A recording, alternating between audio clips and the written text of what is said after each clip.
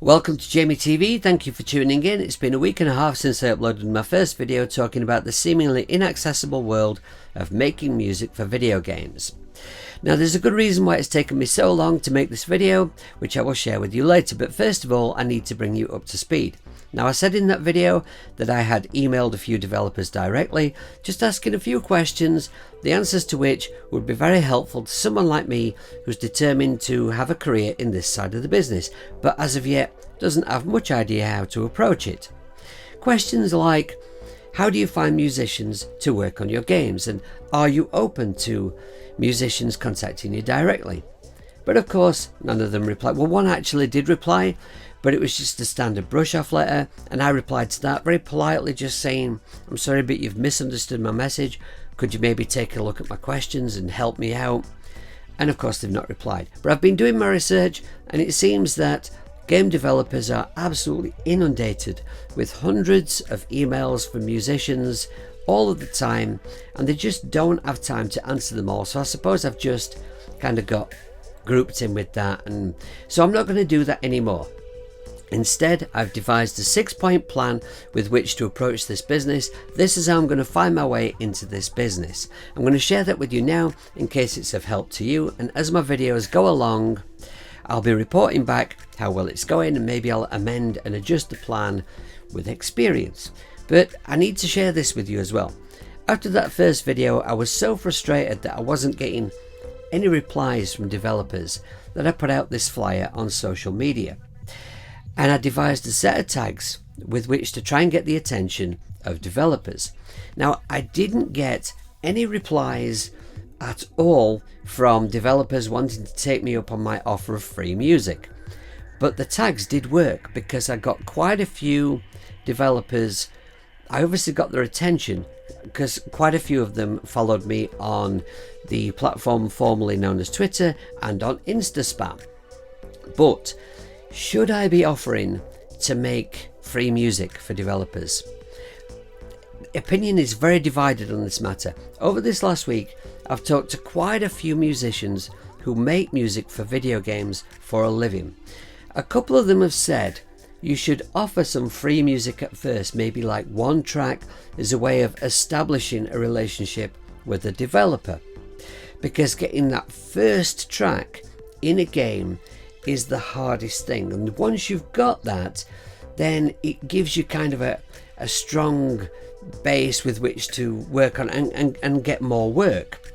But other musicians have said you should never ever work for free, it cheapens what we do and it's not fair to other musicians who are doing this for a living. And I totally get that, because I experienced that, you know, with bands I work with and pricing a gig and getting undercut, or bands offering to do gigs for free, and it's very, very frustrating. So I totally get it. However, right now I don't really know where I stand on this. I can see both sides, so I need to think about this more, I need to research this more, and I'd be very interested to know, what do you think on this matter? Let's hear your thoughts in the comments down below the video. Okay, no more pissy panting about, let's hear that 6-point plan. Point 1 may seem a little simple and obvious, but it's absolute commitment and dedication. From what I've found out so far, this is not something that can be approached in a pissy pants, wishy-washy kind of a way. Now there's no question in my mind, I'm prepared to absolutely dedicate to it, but I've taken a little time just to clear the decks, get a few unfinished things out of the way, and that's why it took me a little time to get to this video. But I'm going to do this. There is no try, there is only do. So point 1, yeah, it's very, very simple. Absolute commitment, no pissy panting about. Over the last week I've had a chance to have conversations with quite a few musicians who make music for video games for a living. They've all given me advice, some of it quite conflicting, but the one thing that all of them have said is play games and study how the music works for those games. And at first I thought, well, you know, that's kind of obvious. I mean, obviously I'm a gamer, or this wouldn't be quite so appealing to me. But then, having put some more thought into it, I thought, well, you know, actually I have a certain kind of game that I like, and I need to keep making sure that I've got some time in my day to do some gaming, and play a much greater variety of games and study how the music works for them. Number 3 is write music for games. Now, I can compose, I can record, I'm proficient at that, but do I really write music for games? I write music that I think would sound cool in games already, but I'm going to practice my skills. So I'm going to keep choosing a game, and obviously a game that already exists, that already has music in it, but I'm going to write new music for it just to really fine-tune my skills and just further what I can do. Maybe this will result in a track that I can then sell on to a developer, or maybe it will be a track that will end up in a game pack. More on that later. I'm going to need to work social media to my advantage. So whilst I'm working on those tracks I was talking about in point 3, I'm going to keep regularly uploading brief clips of those tracks to social media with the correct tags to try and attract the attention of game developers and maybe build some relationships with them. I'll put those tags on screen right now, and I'll also put them in the description down below this video so that they're easy for you to copy and paste.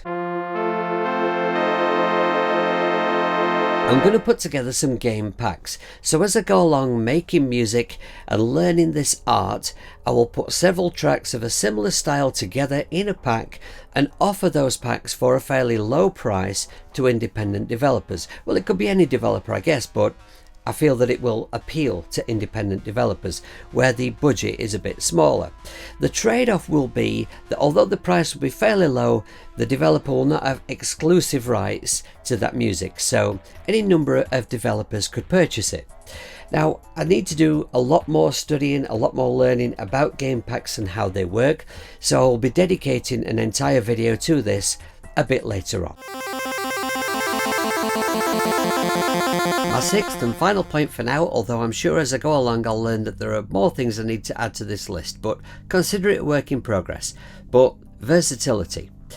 I'm more than capable of making music in lots of different kinds of styles, but there are definitely some areas that I'm more practiced, more proficient than others. If a developer were to say to me, Jamie, can you make me a rock track, a funk track, dance, metal, cyberpunk, synthwave, I'd be like, yeah, when do you want it? When do you need it by? But, you know, there are plenty of games that are not adequately served by music like that. So as I'm checking out games, as I'm making time to play a greater variety of games, I'm going to be listening to the styles of music that those games require, and I'm going to turn my hand to making that kind of music.